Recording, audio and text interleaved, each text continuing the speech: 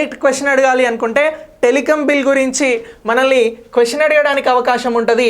ఈ టెలికాం బిల్కి సంబంధించి ఇటీవల టెలికాం బిల్ 2023 బిల్లు 2023 అని అంటున్నాం. ఇగో ఈ 2023 అనే బిల్లు ఏ చట్టానికి సంబంధించినటువంటి దాని స్థానంలో తీసుకొచ్చారు అని అడుగుతారు. ఇలా అడిగితే మనం ఆన్సర్ చేయాల్సినటువంటి అంశం ఏమిటి అని అంటే దీనికి సంబంధించి ఇగో ఈ టెలికాం బిల్ 2023 అనేది ఇప్పుడు ఎందుకు మాట్లాడుతున్నాము అని అంటే దీనికి లోక్సభలో ఆమోదం అనేది లభించింది. సో మన భారత పార్లమెంట్కి సంబంధించి మనకి కేంద్రంలో తీసుకొచ్చేటువంటి చట్టాలు ఏవైతే ఉన్నాయో ఇగో వీటికి లోక్సభ అలాగే రాజ్యసభ అనేవి వెరీ వెరీ ఇంపార్టెంట్. సో ఈ రెండు సభలు ఆమోదం తెలిపిన తర్వాత ఏదైనా బిల్లుకి ఇవి ఆమోదం తెలిపిన తర్వాత చివరిగా వీటికి ఆమోదం ముద్ర వేసేది ఎవరు అని అంటే రాష్ట్రపతి. సో మరి ఈ కాన్సెప్ట్లో ఇగో లోక్సభలో ఈ సభలో టెలికాం బిల్ 2023కి ఆమోదం అనేది లభించడం జరిగింది. ఏం లభించింది అని అంటున్నాం?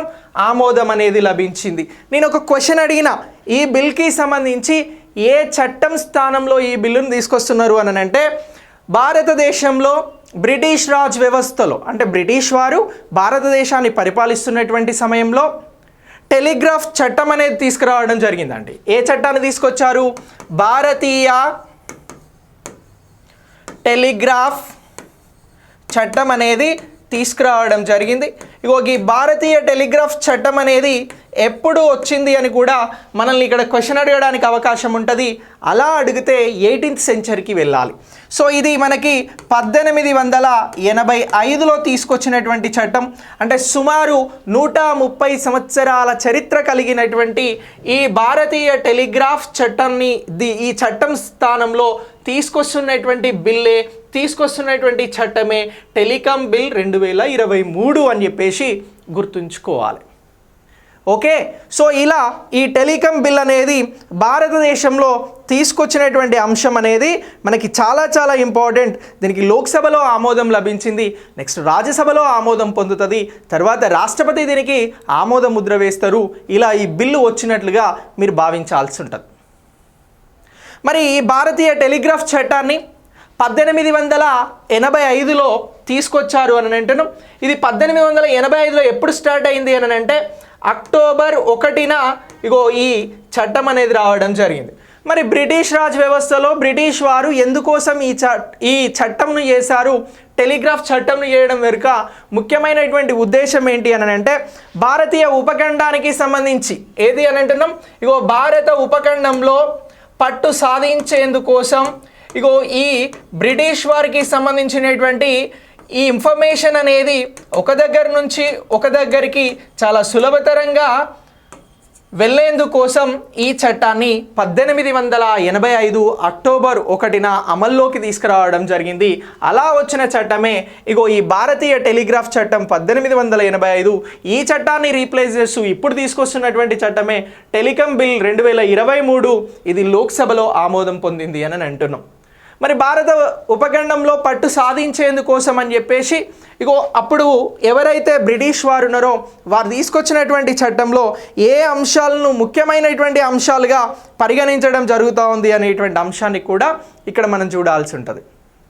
సో ఇందులో ఈ చట్టం దేనిని గురించి చెప్తా ఉంది అని అంటే ఏదైతే వైర్డ్ టెలిగ్రాఫ్ ఒక 6 అంశాలను గుర్తుంచుకోవాల్సి ఉంటుందిరా.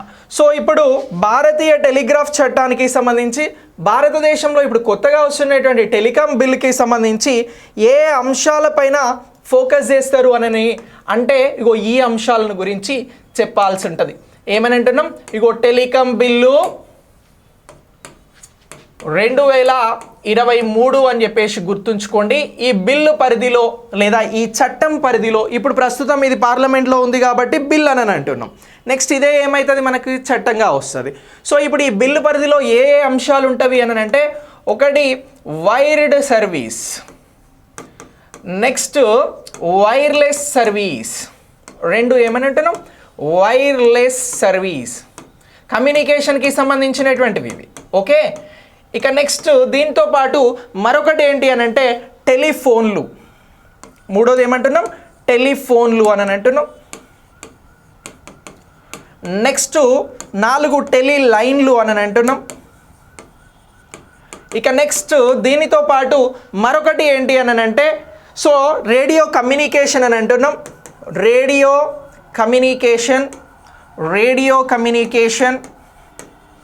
కమ్యూనికేషన్ అలాగే నెక్స్ట్ దీనితో పాటు మరొకటి ఏంటి అని అంటే డిజిటల్ డేటా నియంత్రణ. ప్రస్తుతం మనం డిజిటల్ డేటా నియంత్రణకి సంబంధించి ముఖ్యంగా మన జీవితాలు ఇగో డిజిటల్ యుగంలో ఉన్నాయి.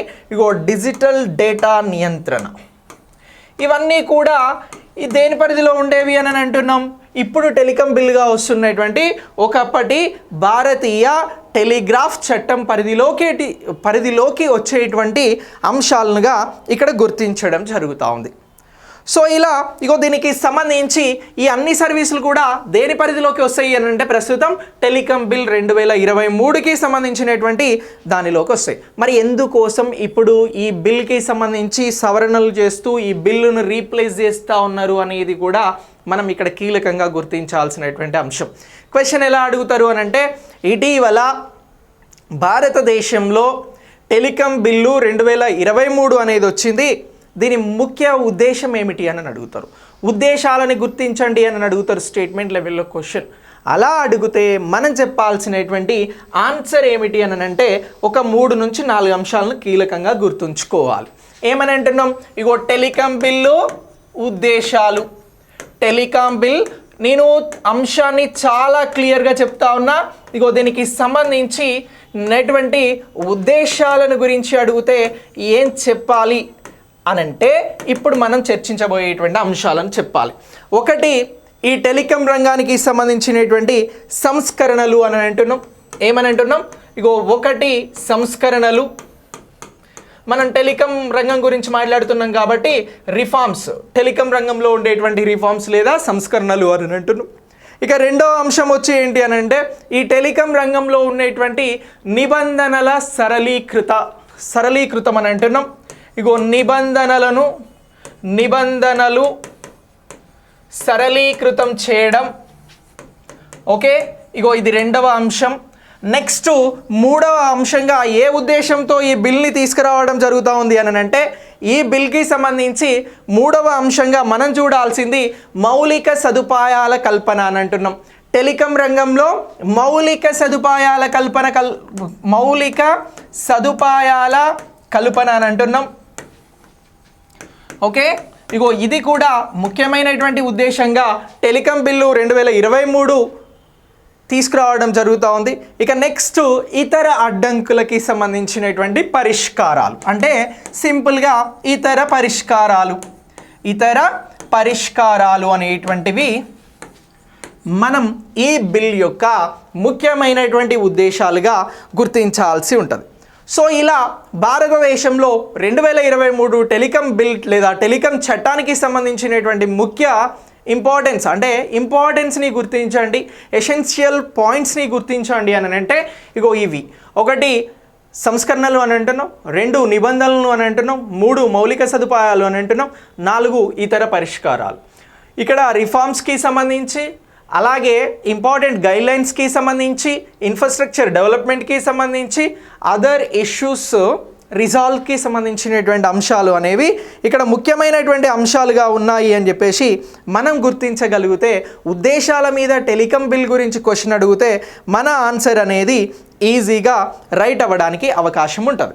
సో ఇలా ఇగో ఈ టెలికాం బిల్ 2023ని గుర్తించాలి అనేటువంటి అంశం మనం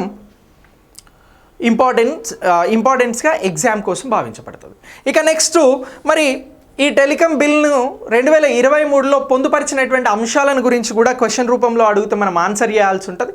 సో ఆ పాయింట్ ఆఫ్ వ్యూలో క్వశ్చన్స్ గురించి అడిగితే జాతీయ భద్రత కోసం ఈ టెలికాం సేవలను తాత్కాలికంగా నియంత్రించేటువంటి అధికారం ఎవరు తీసుకుంటున్నారు అని అంటే కేంద్ర ప్రభుత్వం తీసుకుంటా ఉంది. ఇక నెక్స్ట్ శాటిలైట్ స్పెక్ట్రమ్స్కి సంబంధించినటువంటి వేలం ఆక్షన్ ఏదైతే ఉంటుందో అది వేయకుండా కూడా ప్రభుత్వానికి అధికారం ఈ బిల్ కల్పిస్తూ ఉంది. సో ఇలా ఈ 2 అంశాలను కూడా గుర్తుంచుకోవాలి. ఒకటి ఏమంటున్నాం, ఇగో జాతీయ భద్రత విషయంలో నియంత్రిస్తుంది అని అంటున్నాం. ఇగో జాతీయ భద్రత, నేషనల్ సెక్యూరిటీ పాయింట్ ఆఫ్ వ్యూలో సేవలను కేంద్రం నిలిపివేసే అధికారం టెలికాం బిల్లు 2023 కల్పిస్తూ ఉంది.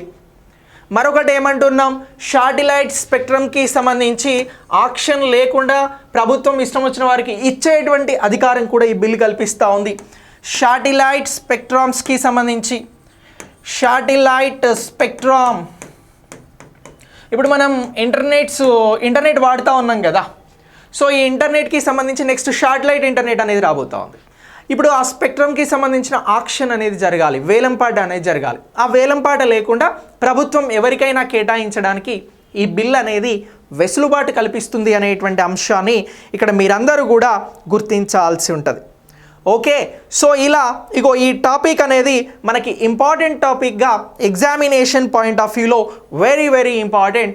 ఈ ఇంపార్టెంట్కి సంబంధించినటువంటి బిల్ ఇప్పుడు నెక్స్ట్ ఇది యాక్ట్. దీనిని గురించి మనం ఇక్కడ డిస్కస్ చేసినటువంటి అంశాలను ప్రాథమికంగా గుర్తుంచుకుంటే 1 మార్క్ రావడానికి అవకాశం ఉంటుంది. పాలిటీకి సంబంధించినటువంటి current affairs point of questions వచ్చినప్పుడు. ఓకే, సో ఇక నెక్స్ట్ ఈ బిల్కి సంబంధించి మాట్లాడినాం. మనం 1885 అక్టోబర్ 1న వచ్చినటువంటి భారతీయ టెలిగ్రాఫ్ చట్టం స్థానంలో ఈ బిల్లు వచ్చింది అని అన్నాం. అసలు భారతదేశంలో ఈ టెలికాంకి సంబంధించి టెలిగ్రాఫ్కి సంబంధించినటువంటి అంశాలు ఎప్పుడు మొదలైనవి అనేటువంటి చారిత్రాత్మక అంశాలను కూడా ఇక్కడ మనం డిస్కస్ చేద్దాం. భారతదేశానికి సంబంధించి మొట్టమొదటిసారి 1851లో టెలిగ్రాఫ్ని వ్యవస్థాపించడం జరిగింది, ఎస్టాబ్లిష్ చేయడం జరిగింది. సో ఎప్పుడు అని అంటున్నాం, 1851. ఇప్పుడు ఇగో భారతీయ టెలిగ్రాఫ్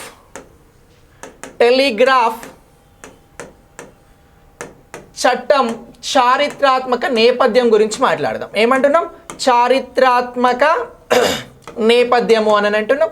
ఇగో ఈ నేపథ్యంకి సంబంధించి మనం కొన్ని విషయాలను మాట్లాడాలి. ఎప్పుడు అని అంటున్నాం, 1851లో ఇగో టెలిగ్రాఫ్ అనేది వ్యవస్థీకరించడం జరిగింది. టెలిగ్రాఫ్ అనేది వ్యవస్థీకరించారు. ఓకే, ఇక నెక్స్ట్ దీని తర్వాత ఈ బ్రిటిష్ వారు ఎక్కువగా కమ్యూనికేషన్ అయ్యి వారిపైన జరిగేటువంటి దాడులు కానీ వారికి సంబంధించినటువంటి ఇన్ఫర్మేషన్ని పాస్ చేసుకోవడం కోసం ఇగో ఈ చట్టాన్ని కమ్యూనికేషన్ కోసం తీసుకొచ్చినటువంటి చట్టంగా మనం పరిగణిస్తూ ఉన్నాం. ఇలా మొదటిసారి ఇది వ్యవస్థీకరించిన తర్వాత 1854లో ట్రాన్స్ ఇండియా టెలిగ్రాఫ్ అనేది పూర్తి చేశారు. ఎప్పుడు అని అంటున్నాం, 1854 అంటే ఒక 3 సంవత్సరాల తర్వాత ట్రాన్స్ ఇండియా టెలిగ్రాఫ్ అనేది పూర్తి చేయడం జరిగింది. టెలిగ్రాఫ్ అనేది పూర్తి చేశారు. ఓకే, సో ఇక నెక్స్ట్ ఇది పూర్తి అయిన తర్వాత నెక్స్ట్ ఏం చేశారు అని అంటే బిల్ని తీసుకురావడం జరిగింది. ఒక 30 సంవత్సరాల తర్వాత బిల్ని తీసుకొచ్చిర్రు. అలా 1885 అక్టోబర్ 1న భారతీయ టెలిగ్రాఫ్ చట్టం అనేది వచ్చింది. 130 ఏళ్ల చరిత్ర కలిగినటువంటి ఈ బిల్లును స్థానంలో ఇప్పుడు టెలికాం 2023 బిల్లు అనేది రావడం జరుగుతూ ఉంది. ఇలా ఈ అంశాలు అనేవి మనకి చాలా చాలా ఇంపార్టెంట్. ఈ టెలికాం చట్టానికి సంబంధించి టెలికాం బిల్ 2023కి సంబంధించి ఇది దీనికి సంబంధించినటువంటి మొత్తం కంటెంట్.